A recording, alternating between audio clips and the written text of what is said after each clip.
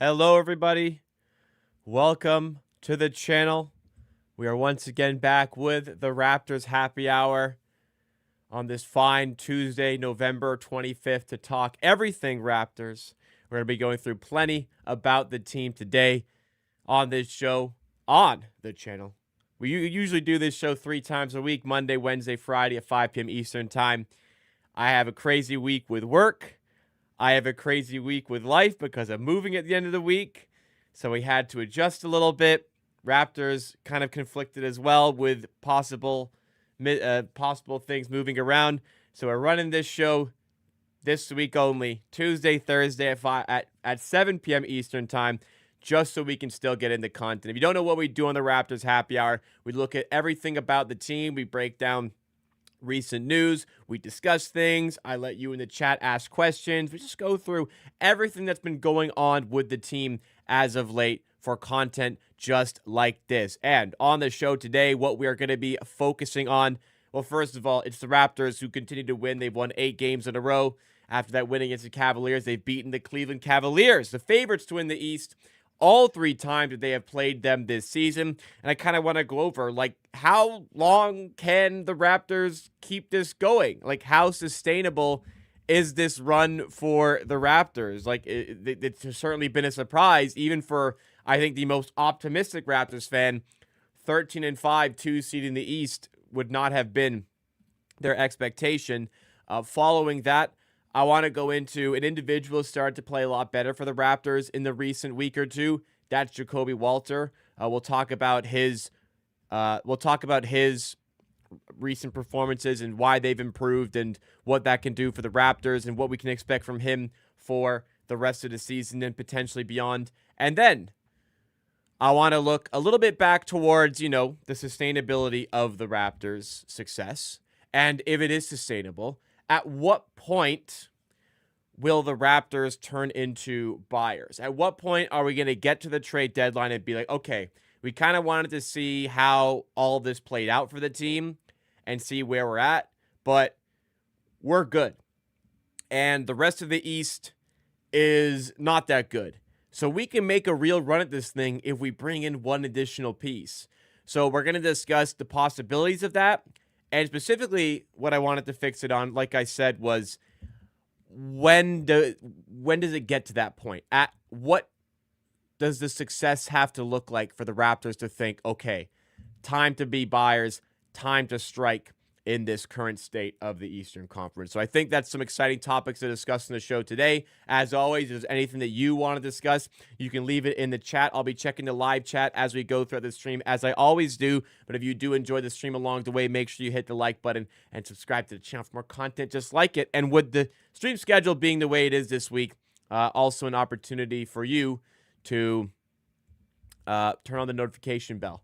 I know it's a little cliche for YouTubers to ask that, but for this week in particular, it is definitely going to help because I am all over the place this week, and I apologize for that, but I appreciate you choosing to stick with me and coming through, hanging out for tonight's live stream if you're here, or watching it after the fact. I'm glad you're still able to consume the content here, and I'm just happy it's still been able to be provided to you guys. So, let's jump into things. How's everyone doing? Appreciate everyone for that has come through. Say what's up in the chat if you're here in the early goings of the stream today. We'll be going about an hour until 8 p.m. Eastern Time. We have Gregory in the chat, an amazing 12-month member, saying, I'm so pissed off right now for effing up a project, so this just saved me from throwing my cell phone at a wall. I have not heard a live stream for a while. Hopefully I won't raid. Well, thank you for coming through. Sorry to hear about the troubles you've had with a project. I'm not sure if this is a work project or a school project. I don't know the age range that you are in, but yeah, I've made my fair share of mistakes. It's not very fun when you do something like that. We have Daniel Berry Sports Hides joining us, and ever present here. Happy Tuesday to you as well. Don't normally see you guys for streams like this on Tuesday, so feels a little bit weird. I have been working until 6:30 today, so I've had no time to do anything. I'm starving because I haven't had dinner yet.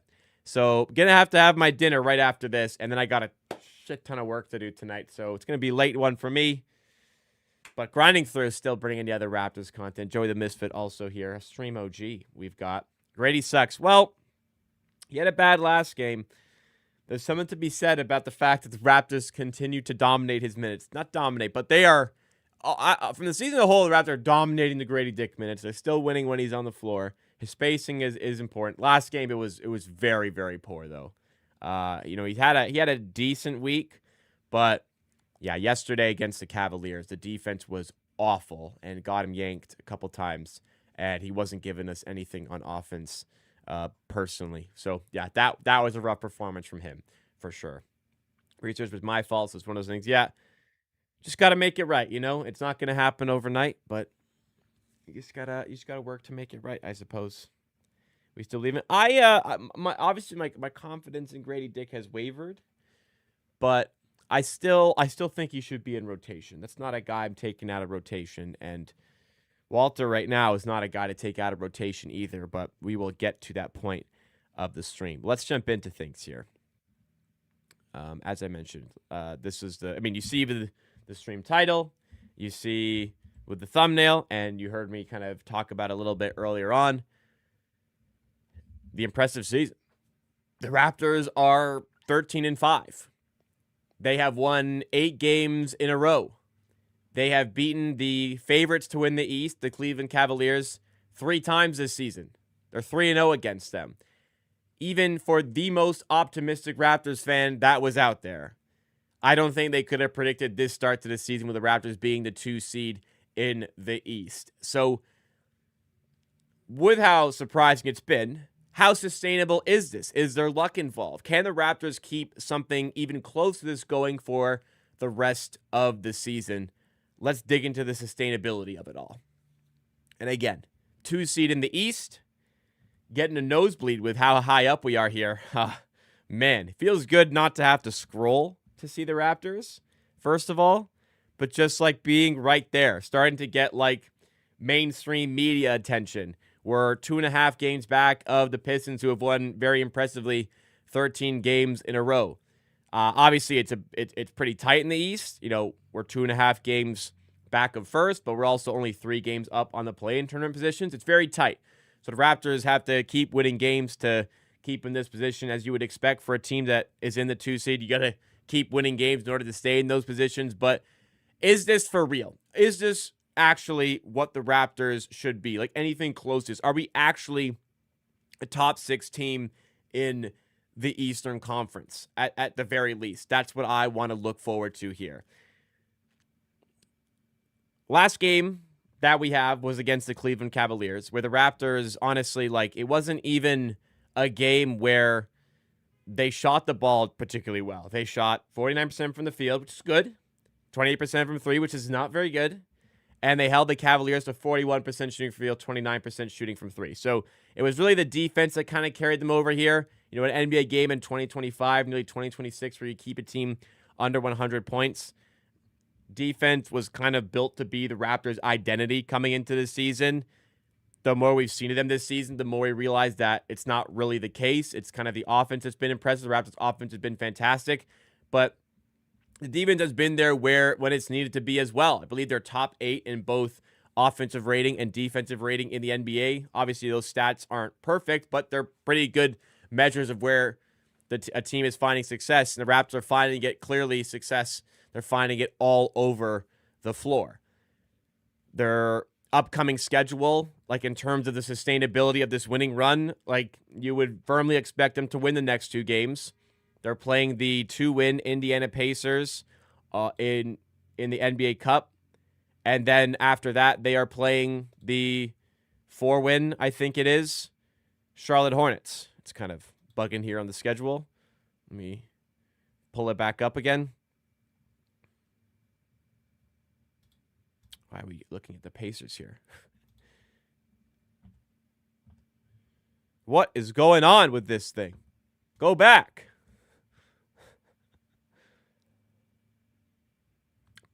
I just want to see the Raptors schedule. There we go.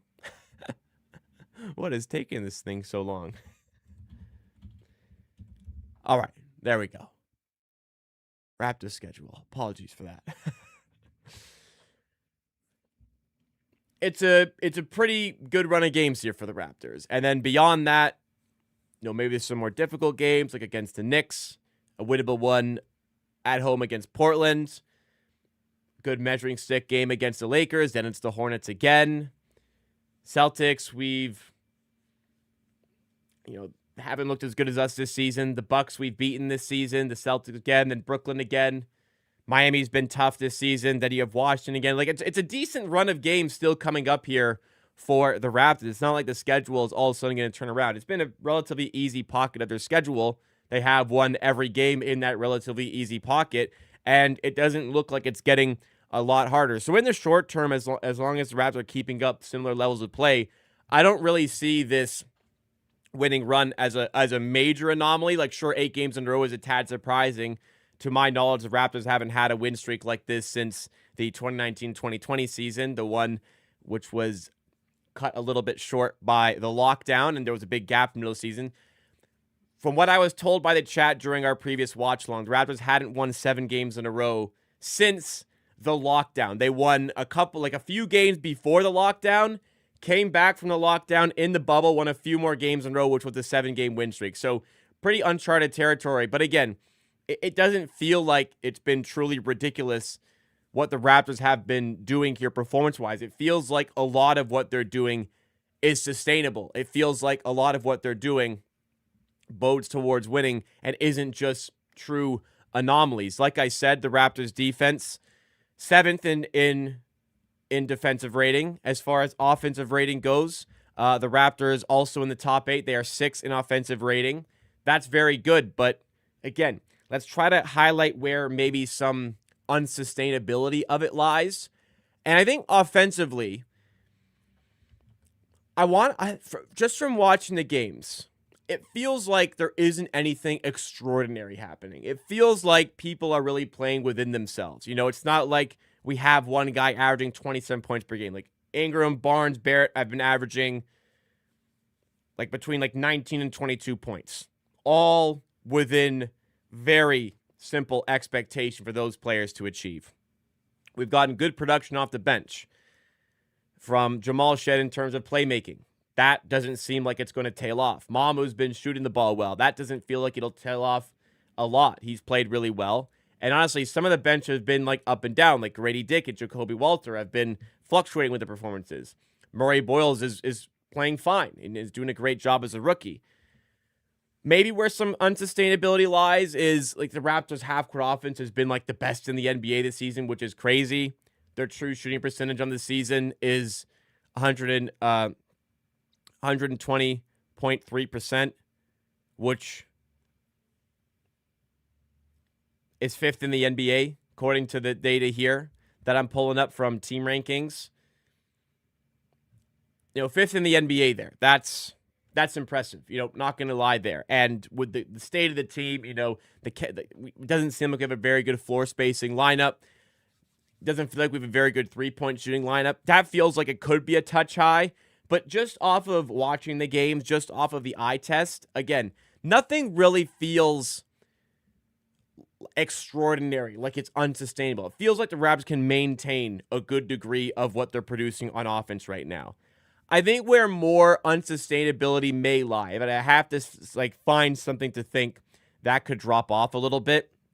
Maybe we could look in opponent shooting percentages, where the Raptors are 10th right now in opposition shooting percentages.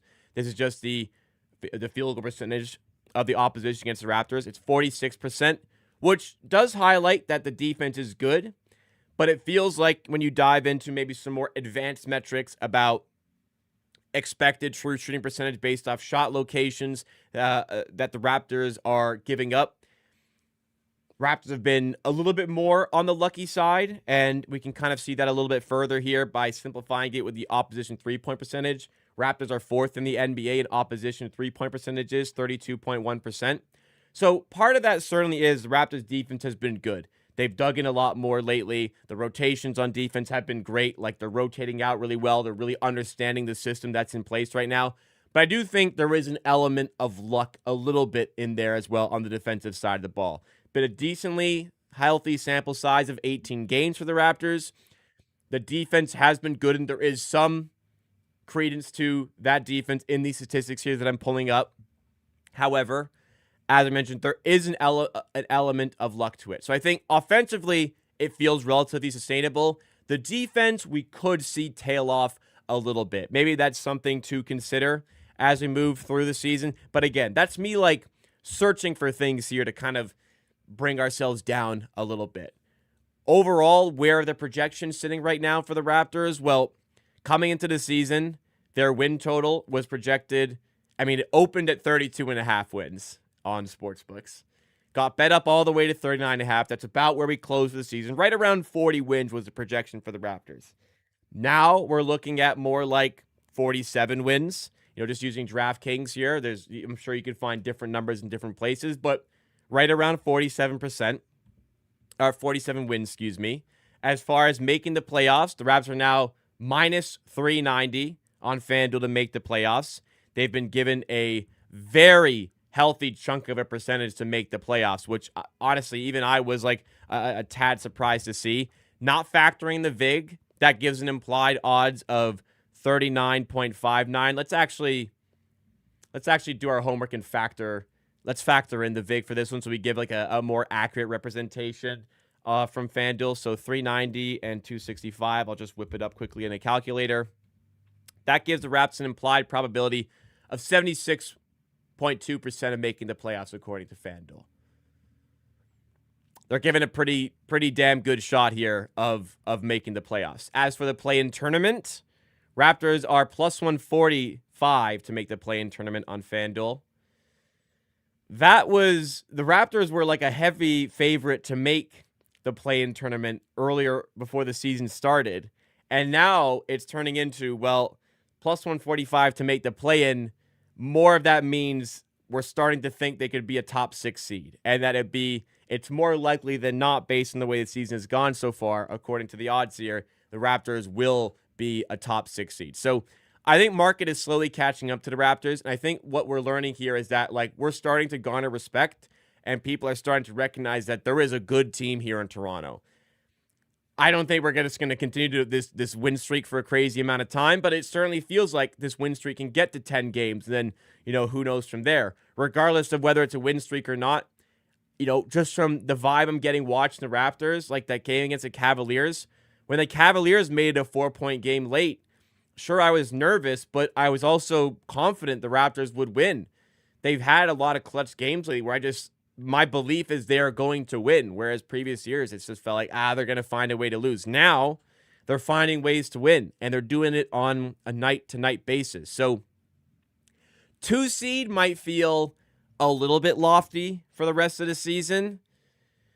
That will be tough to sustain, but I think this team is fully capable of staying a top 6 seed, and they may even have enough, and certainly would indicate the way they're playing. The Raptors may even have enough to stay as a top 4 seed and get a home playoff seed. That's a long way away. There's still a lot of games to get there. We'll see on like injury luck and everything. But just to sum up, offense feels like we can just keep doing this. Defense, not as sure, but there's enough there to be confident the offense is going to be good enough to keep this team in the mix to win a lot of games this season. Things are looking really exciting, and things are looking pretty sustainable from my vantage point here. I'm feeling good. I'm feeling good about the current status of the Raptors.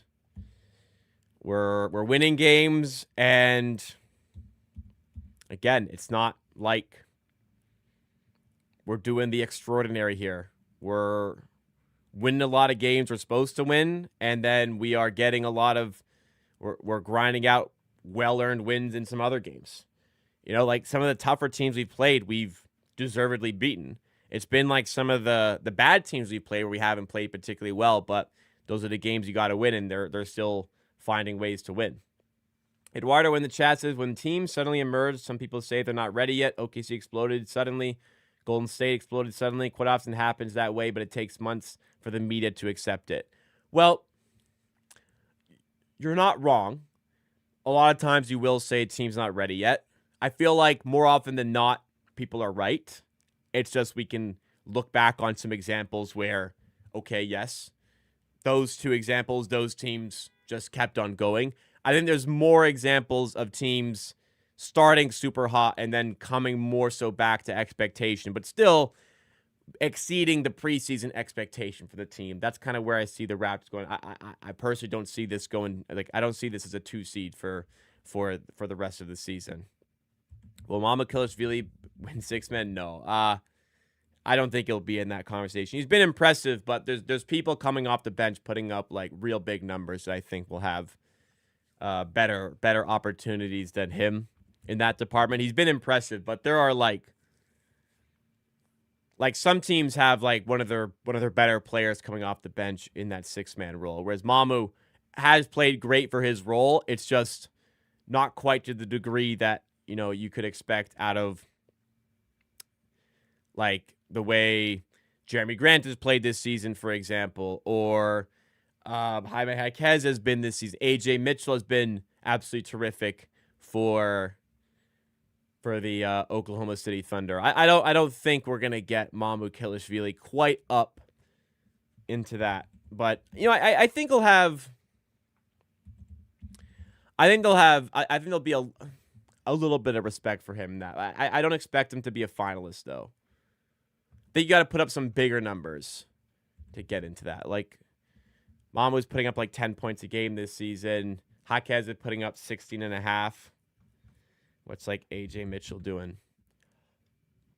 AJ Mitchell, 16 points a game. Like, these are probably the levels. Reed Shepherd, even the way he's played, actually could get himself into this. He's averaging 13.1, and that's been coming up since the start of the season. Jeremy Grant, another one.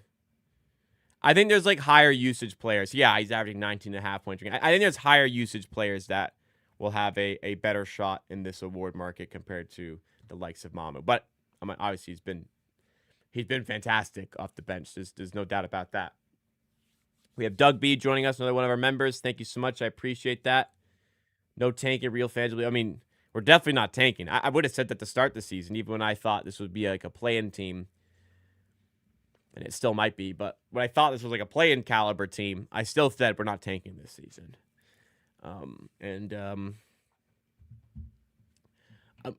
Something crazy would have to happen for us to start tanking.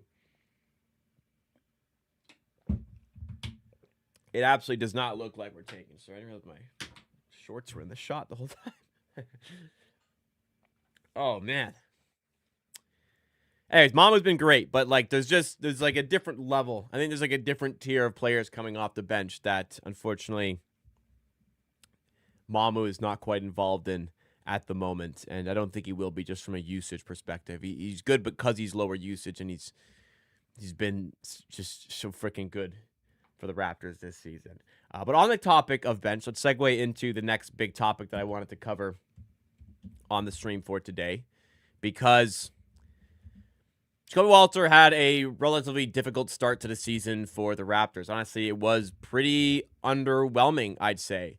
He was really good in Summer League. He was decently impressive, like enough in preseason for me to think like this could be a real breakout year for Jacoby Walter. But from the start of the season, that wasn't really the case. It felt inconsistent and, again, just rather disappointing. But if the last week or two are a sign of what's to come, things are really starting to go in the right direction for Jacoby Walter. And let's figure out what's changed for the player, what that means for the Raptors for the rest of the season, and potentially beyond, and what it means individually for the player and his role on the team. So again, the Summer League performances were rather eye-popping, and it got me thinking like, woo, this is really impressive. Like I'm really expecting a leap from this player now.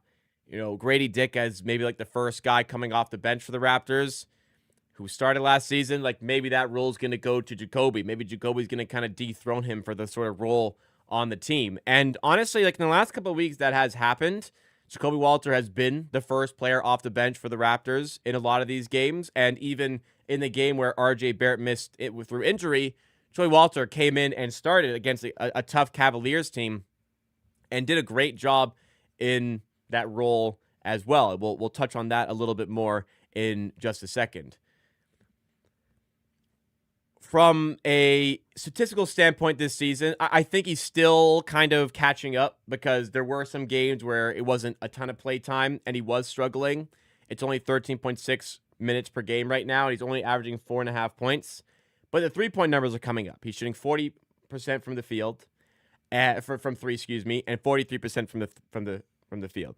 This is a guy who was a very big recruit for sure coming out of college, or going into college, coming out of high school, and kind of underwhelmed in his college season with Baylor. There was enough there for me to suggest this was still somebody who could turn into a lottery-picked player, because he did average 14.5 points, but it was pretty inefficient. 37.6% from the field and 36% from three in college on shorter three-point lines. But there was enough talent there and enough size to think that this could be a real 3-and-D man for the Raptors, that I was like ecstatic to see he dropped to 19th for the Raptors. I thought, again, it was a player who had enough talent to get picked in the lottery.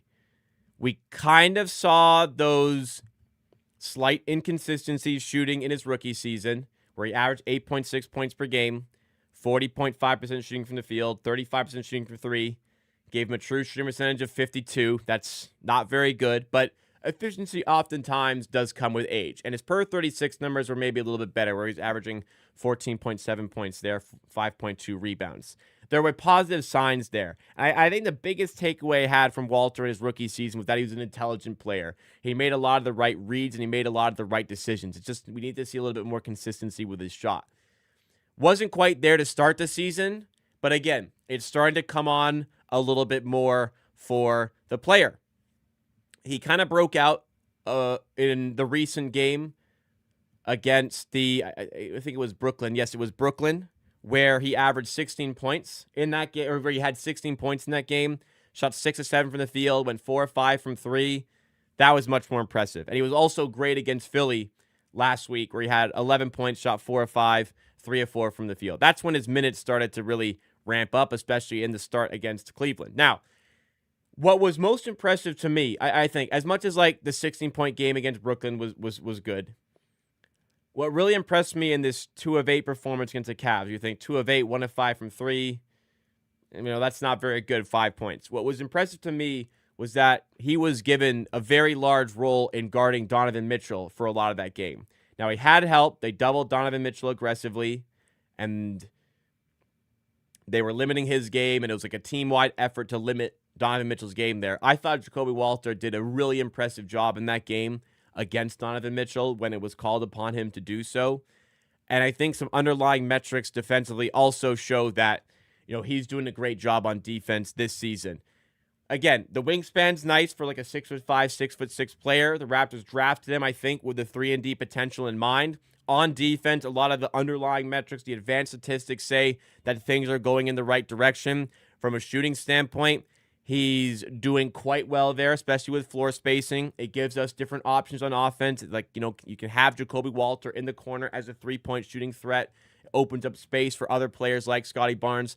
There are some stats to suggest that things have gone positively for Jacoby Walter this season. And, that's kind of, we're really, I wouldn't say cherry-picking numbers. We're really like fishing for statistics to kind of back it up.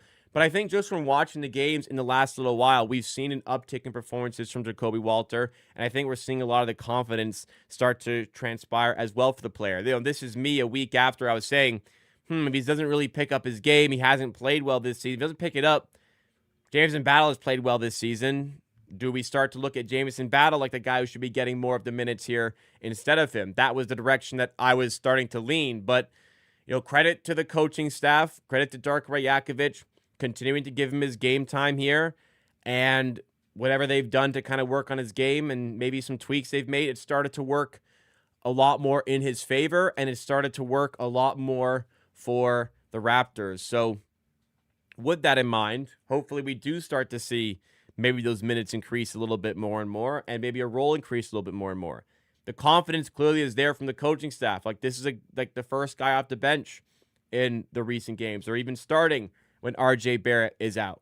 And he's kind of taking that over somebody like Grady Dick, who you would have thought the start of the season, well, if anybody's missing from the starting five, Grady Dick is the natural replacement to go into the starting five, especially for RJ Barrett, who operates as like the kind of shooting guard positionally. I wouldn't really put a lot of credence into positions, but kind of there. It would have made sense for Grady Dick. But Jacoby Walter is definitely coming for those minutes. And in the recent run of games in particular, he has earned those minutes ahead of Grady Dick. So that's an interesting one to follow, because if the offense is there at all and the shooting is there at all, the defense is absolutely better than what Grady Dick provides. And in this really competitive Raptors bench situation right now, Jacoby Walter is the one emerging as earning these minutes for the brief time being. So we'll see if that can continue. If RJ Barrett misses more time, then Jacoby Walter is going to get a lot of minutes like this. He may not close games, because Jamal Shead has done a great job in doing that in the game and a half without RJ Barrett. But still, maybe more minutes are on the way for Walter. So what does that mean for the Raptors? It feels really great if they would be able to have. It would be really great if they were able to have more confidence in one of the shooters coming off of the bench, adding the floor spacing. I've liked Scottie Barnes in a lot of lineups where you have two shooters on the floor. You can kind of camp them in the corner, and then you can have Jamal Shead as a playmaker, and Scottie Barnes has so much space to operate there and can find a lot of success with those minutes. Just adds another dimension here for a team that was kind of lacking floor spacing coming into the season. Wherever we can get that floor spacing from is an extremely welcome sight to see. As for the individual player, look, like start of the year, I would have said, Grady Dick is not safe from trades. Jacoby Walter is not safe from trades. These guys get thrown in, and especially with their inconsistent starts to the season, if one of them is able to find that consistency and make things click, that guy is going to be able to earn a lot more minutes for the team and earn a lot more respect from the team. And it seems at the moment like it's Jacoby Walter taking on that role, and hopefully it can continue for the Raptors, because this is the exact type of player. This is one of the exact type of players we need. 3-point shooting and defense in the two-guard position. Maybe even sometimes playing up as a 3. Stats aren't as good there, but like any player who can space the floor and play defense has a job in the NBA, has a role in the NBA. Raptors have been last year's missing guys like this. Hopefully this can continue. Hopefully this isn't just an uptick and we see more inconsistencies. He is still a young player, but hopefully this trajectory continues for Walter, because I was a big believer on draft night, even before the Raptors drafted him. I was so happy when they did take him. Hopefully that pick does come very good for Toronto. What's been your take on the Jacoby Walter, Grady Dick battle, guys? Jacoby Walter, Grady Dick, and Jameson battle, I guess you could say. Goes in chess. I'm going to the Knicks and Raptors game. That's awesome. On Sunday, gonna be fun as fuck, because all my friends are Knicks fans. I'm the only Raptor fan. Last time I went to Knicks with Raptors, I got RJ signed jersey. Wow, that's great. That's awesome to have RJ in person sign your jersey. That's sweet. And hopefully you enjoyed the game. I mean, it seems like the vibes have been up in the arena as of late. So hopefully they continue for that one there. Mr. Russell, I really believe we should trade for Ja Morant. He has been criminally underrated in my eyes. He's all NBA talent. Quick plus Walter, 1 to 2 first-round picks for Ja Morant. Or RJ and Walter plus 1 or 2 picks for Ja Morant. I'd go for 1. If they're willing to take like a real cut price deal, if I could do something along those lines with 1 pick, I'd be interested. And I have talked about it on the channel already. If it's like Quickly or RJ plus a young player, or like even better, a Baji, and at first, I would do that. I'd make that bet. I don't know what the willingness levels are right now for Memphis to trade Ja. It doesn't feel like it's a great situation right now. And the Memphis Grizzlies haven't done too hot this season. I don't know what the desire is to trade him, but if he becomes available and they are shopping him, if you can get a cut price deal, I think it's worth taking a stab there. MLG Beavis likes Jacoby more than Grady. Grady has been a touch more consistent, but it's his defense that's really worrying. Like, Jacoby Walter's even isn't as worrying. Jacoby Walter's defense has been decent, so I would bet on Jacoby to have more success in their career because the defense is you're more capable of falling back on that. Whereas like Grady last game to Cavs was bad on defense, and if the shot's not falling, like it's just tough to keep him on the floor, you know. Caddy Pan says, who plays better defense, Jacoby, Shed, or Ochai? Let's say defending Cade or Shea. Oh, Shed, by far the best defenders of those three. I mean, Jacoby's fine. Ochai is a decent defender, good defender. Shed is a terrific defender. Maybe like, I mean, depends on the matchup because if you're defending Shea, Shea's a bigger guard, might be able to just shoot over Shed. You may have to go with somebody like Abaji in that circumstance. But I think Shed could still do a job. Like, especially these shiftier, smaller guards. Like, I mean, the way Shed defended Mitchell as well was great. Jamal Shed's such an awesome defender. That was the selling point as a draft pick. It was the offense that was worrying. Like, will he be able to impact the offense in the NBA? He's worked on his three-point shot. It's quite good right now. Solid. Like, it's good enough. His playmaking has just been, amazing. What a snag at 45th overall for the Raptors. Absolutely. Sauce Drip says, don't do trades right now. We are rolling only bench players. Possibility we should get a shot blocker if a team start exposing us to paint. That's our only weakness right now. So I partially agree with you.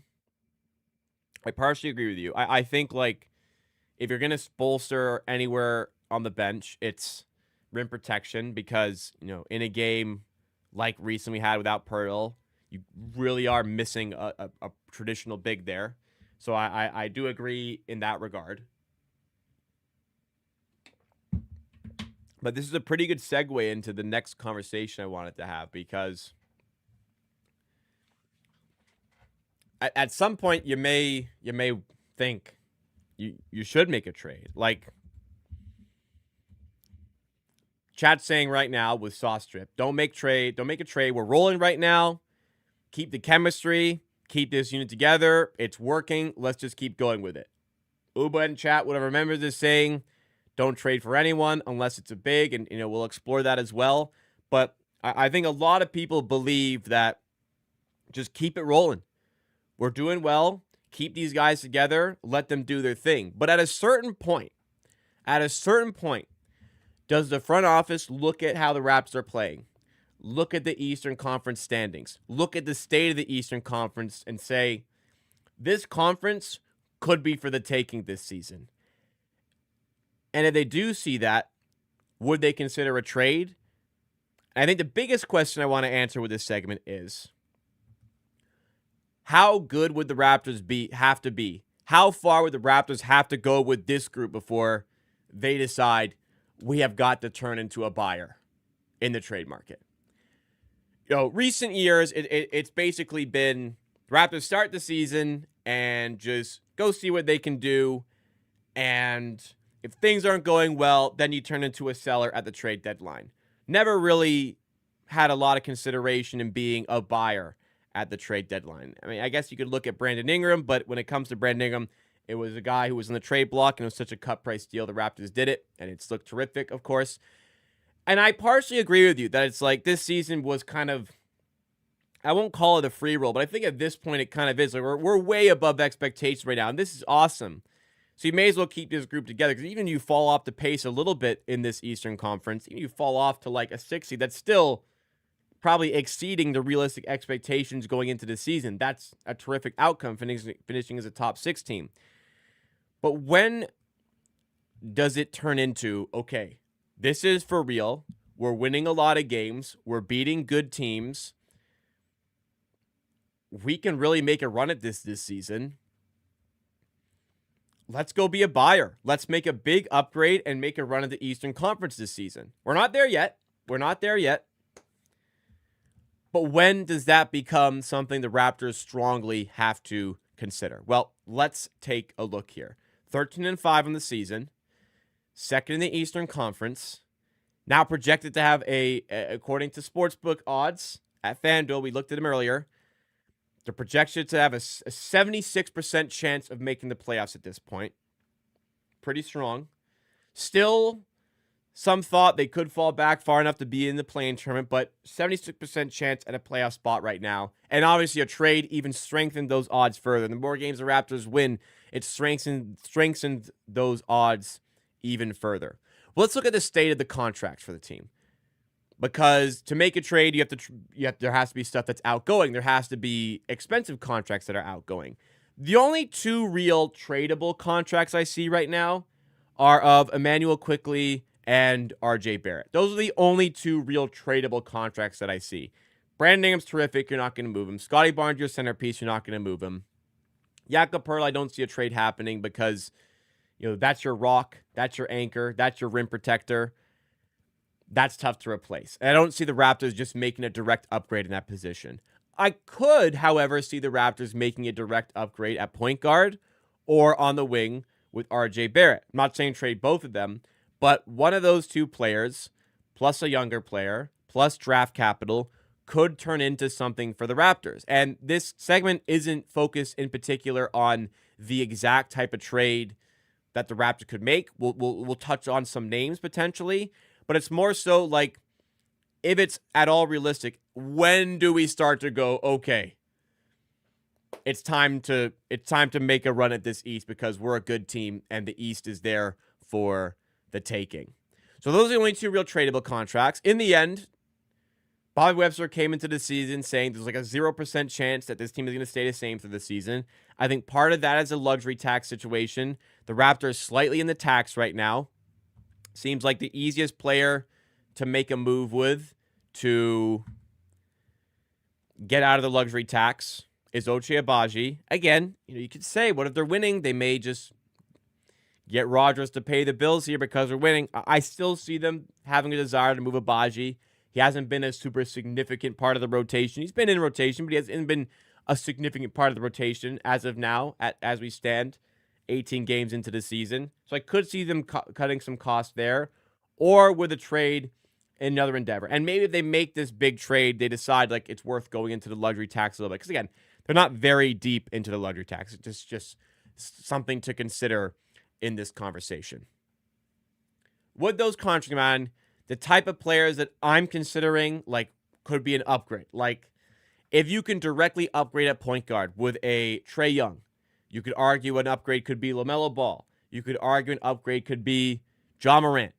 Is there something there? Because I think the Raptors would ask around for those guys and maybe offer up for like a Ja Morant who could end up being on the trade block and a LaMelo Ball who could end up being on the trade block.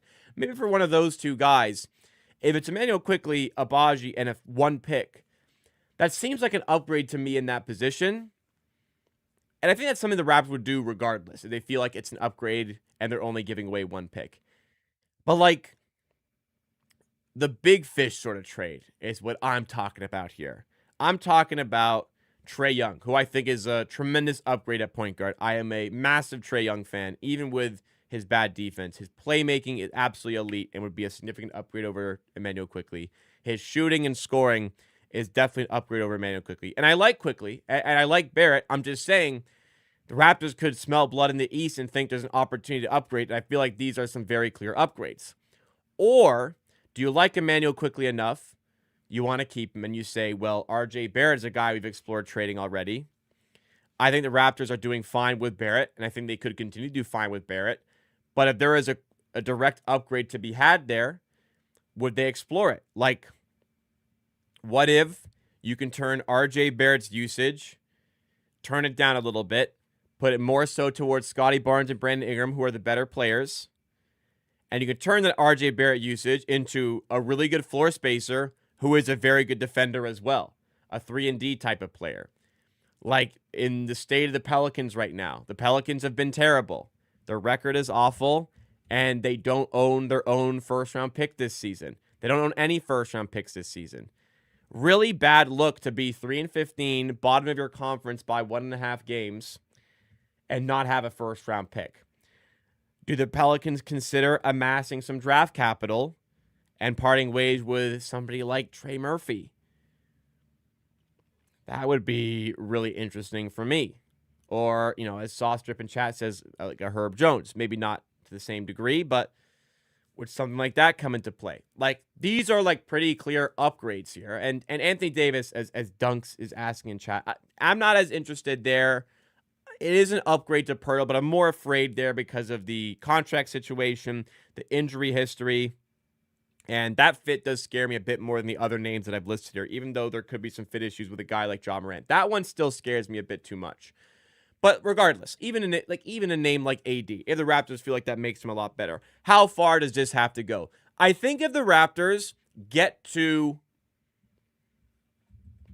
we get to mid-January and we're a top 4 seed in the East, and it looks like we're going to continue to be a top 4 seed in the East, I think at that point, there has to become a time where the front office gets aggressive and goes, all right, we're good. The East, the Pistons have been great. We'll see how much they continue. And you know what? They could feel the same way. Like, they could win the East. They could make a big trade or something like that. Cavaliers could do it for sure. Miami always want to be buyers, so they could do it. But it feels like I think any team in the top 8 right now can even go as far back as the Bucks were in 11th, and I know they've lost 5 in a row. But I think any team in the top 8 in the East right now is thinking the East is for the taking. There is no clear dominant force here. The Cavaliers, I think they can be, but the Darius Garland health situation, like, when Darius Garland's healthy, yeah, that team is a force to be reckoned with the East, but it's kind of becoming more apparent that you just may not be able to get a healthy Darius Garland throughout the entire season. If you're a top 4 team and the trade deadline is a few weeks away, I think you got to really start making some aggressive phone calls because, windows the windows don't always maintain on a year-to-year basis. There could be a big shift in the East. You never really know how things are going to change year to year. If you as a Raptors team find yourself in that striking position, you owe it to yourself and you owe it to your organization to go and make that big offer and try to make something happen. If it is like a Trae Young or a Trey Murphy, either of the Trays, as I mentioned, those are the 2 big ones for me, I'd be really interested. Look at what the Orlando Magic did with Desmond Bane. They overpaid a little bit. They gave away 4 first-round picks to get him, but that was such a perfect fit. Hasn't quite, clicked yet. It could throughout the season, but that was such a perfect fit. They thought, the East is there for the taking. Let's be a team that makes a run at things here. Why wouldn't the Raptors think that as well, being a top 4 seed? If they're in the mix there, it's time to strike. It's time to really consider making a big move like that. Maybe not like a 4 first-round pick trade, but like 3. RJ Barrett, a young player, or Abaji, and 3 first-round picks for Trey Murphy. I'd probably sign up for that today, let alone if we get to January and things are still looking really good for this Raptors team. Again, there's risk involved there, but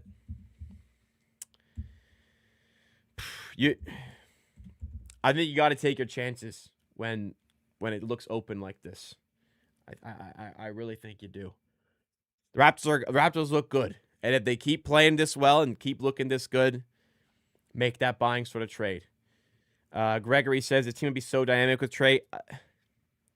I like RJ, but if you can maintain similar levels of talent and just make it an amazing fit as well, might be worth it. I mean, hinges a lot on if the Pelicans are interested in him. Last trade deadline, they were not interested in RJ Barrett, but I see the Raptors shopping Barrett. I still do, even with the way things are going right now.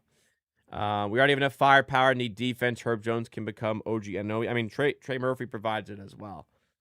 Herb Jones a little bit less on the offensive front, but I mean, Herb Jones is another name that could kind of fit what I'm saying here. As we saw last year, any team can make a run. Yeah. I mean, there was some fortune on the side of the Pacers, but yeah, granted, they took a really good Thunders team to 7 games, so yeah. You can make a run. The East, you can get some luck, but most of the time you create your own luck as well to go with it. How about Lauri Markkanen? Markkanen's another interesting one. His defense kind of scares me. The Jazz would have to want to trade Markkanen. That would have to be it for me. I wouldn't try and pry Markkanen away from the Jazz just because of the defensive concerns. He can operate successfully as like a lower usage player than what he's doing right now, which is great, and I think would fit. But I don't feel as confident shelling out like a 3 first-round pick package for Markkanen. We do need a backup center as well, but I'm talking about a big trade, a big swing on the season. That's what I'm talking about with this one here. What does RJ have to do to be untouchable on this team? He needs to shoot untouchable. He would need to shoot 40% from 3 and be a relatively positive defender. He's been fine from 3, but he is not a positive defender, which will always hamper him. And some of the shooting stats are coming down a little bit. He's been good. I like Barrett. I think he's a good player.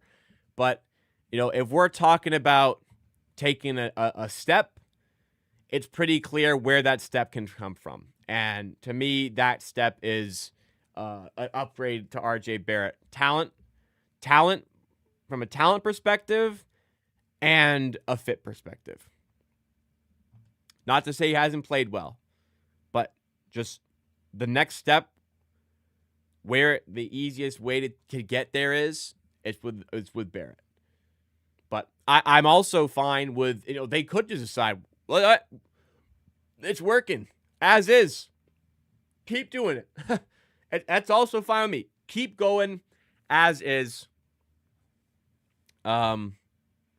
Keep doing what you're doing. They could do that as well. The Hawks are doing well without Trae Young. I know, but if you offer the Hawks, would they rather have Trae Young playing for their team or just not playing at all? They would absolutely say playing, because Trae Young's really good. I do as well think Trae Young is a better option than LaMelo or Morant. Morant's not a great fit. It's just, to me, an upgrade on quickly. It'd be a bit disruptive to the system, but Jaw's got a hopefully good relationship with Darko, because Jaw played his best basketball with Darko Rajakovic as part of the coaching staff in Memphis. I think they could make it work enough for it to be worth it there. But that's more of like a cut price deal. I'm not giving away 3 picks for John Morant. LaMelo, probably not either. 3 seems a bit much. Those have to come available. I would give away stuff to convince the Hawks to get rid of Trae Young, or the Pelicans to get rid of a guy like Trey Murphy. That's the kind of the point of what I'm making here. Yeah. Gregory says if you can get player of Trey Murphy's talent level for his prime, you do it. Particularly in Toronto, we can't get prime talent like that. I mean, look at Brandon Ingram. It's hard to get talent in Toronto. The Raptors did it for expiring salary and a not great first-round pick, which has now become a very good first-round pick, yes. But it's hard to get talent here. If you have a chance to bring talent in the door, you try and do it. Steven says, how about a trade for Kyrie, assuming he would be available for a playoff run? I do want to keep a little bit of a thought into beyond this season. Actually, a name I didn't mention as well is James Harden, which I think that'd be actually a really good point guard upgrade. But I don't want to give away a lot just because of the age. For Kyrie, he's getting older. He's coming off of a significant injury there. Assuming he would be available, like you said, it just feels like I don't know. It feels like a lot more of a risk there. That doesn't pass the smell test for me. One for Kyrie, as good as he is, but there's no long term. Like, I want to make a swing, but I also don't want to, go all in on this season, because there are limitations with the team still. I wouldn't want to give away quickly to get Kyrie Irving or RJ Barrett. I wouldn't want to sacrifice that. I mean, I guess you could argue Barrett, but still, I'm not so sure. I really don't know how much what is the willingness of the Pelicans to make a trade there. I just think they have a ton of young players. They could load up on some picks in this rebuilding phase. They have no pick this year. We could give them one. Not super valuable a pick this year from Toronto with the way they're playing, but just I don't know, maybe something to consider.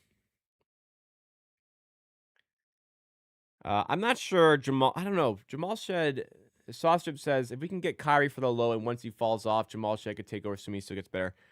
I still don't really envision Jamal Shed as a starting point guard.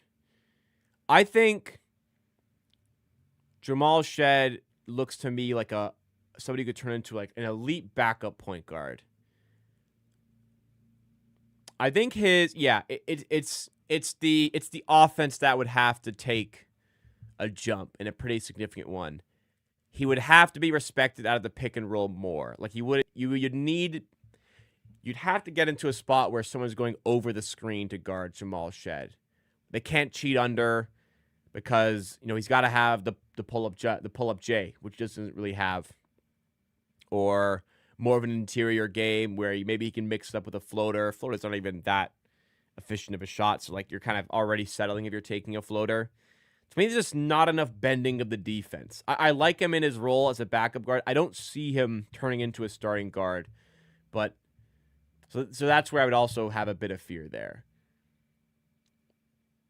A terrific player, but I think perfect role is high tier backup point guard. Unless it's like, I don't know, like a team that is just so much shooting elsewhere that they just want that sort of playmaking there. I don't know. To me, it just doesn't. I don't envision that. I don't envision him as a starting point guard. No. Even in 2 years. No. I'd be surprised if the offense got to a level where I would feel comfortable saying Jamal Shed like starting point guard. I mean, he could change my mind, but it would have to be a bit more of a reliable 3-point shot that's spacing the floor. It would definitely have to be a spacing 3-point shot. Right now, it's like, yeah, you can make him at a decent percentage. That's great, obviously. But he's not getting, like, guarded heavily on the perimeter. And again, like, I think you have to have a guard who's either not allowing you to hedge under pick and rolls, go under the screen because you're not worried about his jump shot. Or you need to be able to put such tremendous pressure on the rim that even if your shot's not a threat, you're putting pressure on the rim and wreaking havoc there. Like that's like a Ja Morant style where the 3-ball shot, that's not like a super large threat against other teams, but man, has Ja Morant a threat of getting to the rim and putting pressure there. Jamal Shed would have to develop one of those quite a lot to get to a starting point guard level of like a team that has playoff aspirations. But again, I feel like elite backup point guard is something he's fully capable of and is looking like a really good backup point guard right now. Let's trade RJ for Zach LaVine. Zach LaVine's another name I actually didn't mention, and I actually made the thumbnail for this already, and Zach LaVine's in the thumbnail. Zach LaVine could come into play as well. I'm a Zach LaVine fan. I think Zach LaVine would thrive in this offense. Defense is bad, and contract is very bad, but that's an upgrade to me. And you could just go for some extra volume of threes from him.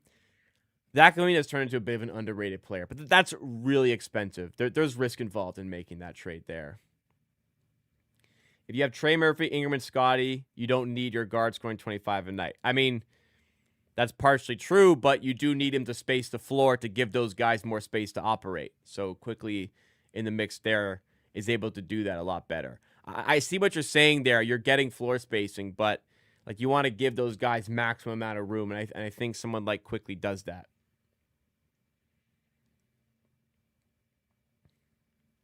LaVine is not a winner. I wouldn't even want him. He's been in a lot of bad situations. Now, you could say the situations were bad because Zach LaVine was there and wasn't driving winning. Again, I think that's gone a little overboard. I think we've tipped the scale in the other direction with Zach LaVine is underrated. He is a very good player who can score very efficiently. He's I think as a scorer, there's more ability there. I think RJ's the more like naturally talented player than LaVine, but I think LaVine has the higher ability for the NBA, and I think the spacing is very valuable. But it's just so expensive to get his contract that it does kind of put me off a little bit. And the defense isn't upgrading on RJ. Jamal could be a better version of Rajon Rondo, best case scenario.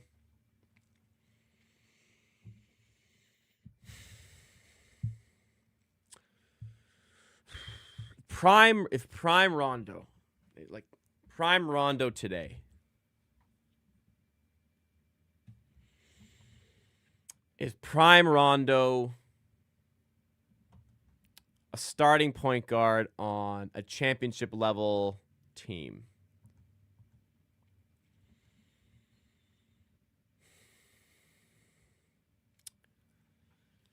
I don't know. I don't think so. I really, man, his prime was in a different era. Wow. This is interesting to think about. What do you think? Prime Rondo.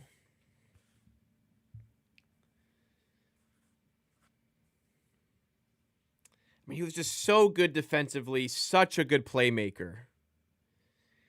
But again, you would need him to be like, there's a specific team there. Like that was the Celtics' big three, right? Where he's in his best era. And he was really young. Was part of the success because he was playing with the Celtics' big three. Ray Allen, Kevin Garnett, Paul Pierce.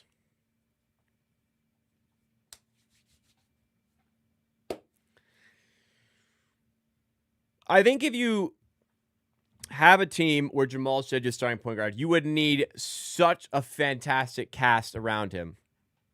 And you could argue Ingram, Barnes, and Trey Murphy is that. I still think in 2025 you have to be able to either space the floor, force players to go over screens at a pick and rolls, or put pressure on the rim. And until one of those things come from, I still think he'll be held back a bit in terms of getting to a starting role.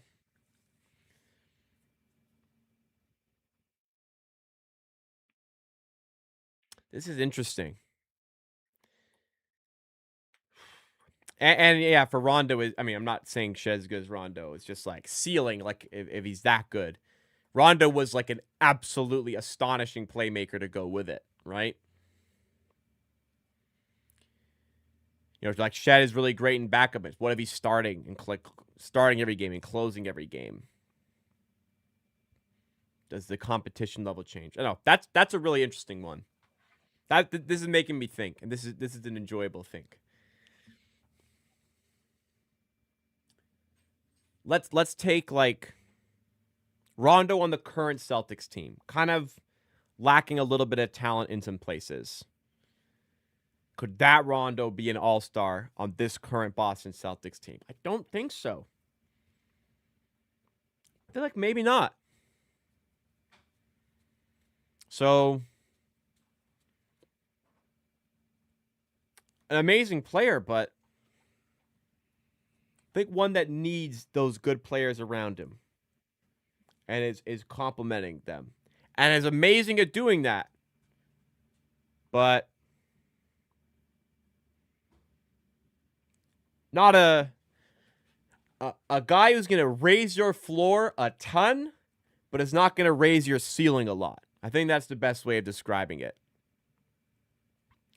I mean, Rondo that can shoot threes is one of the best players in the league, but he wasn't a fantastic three-point shooter.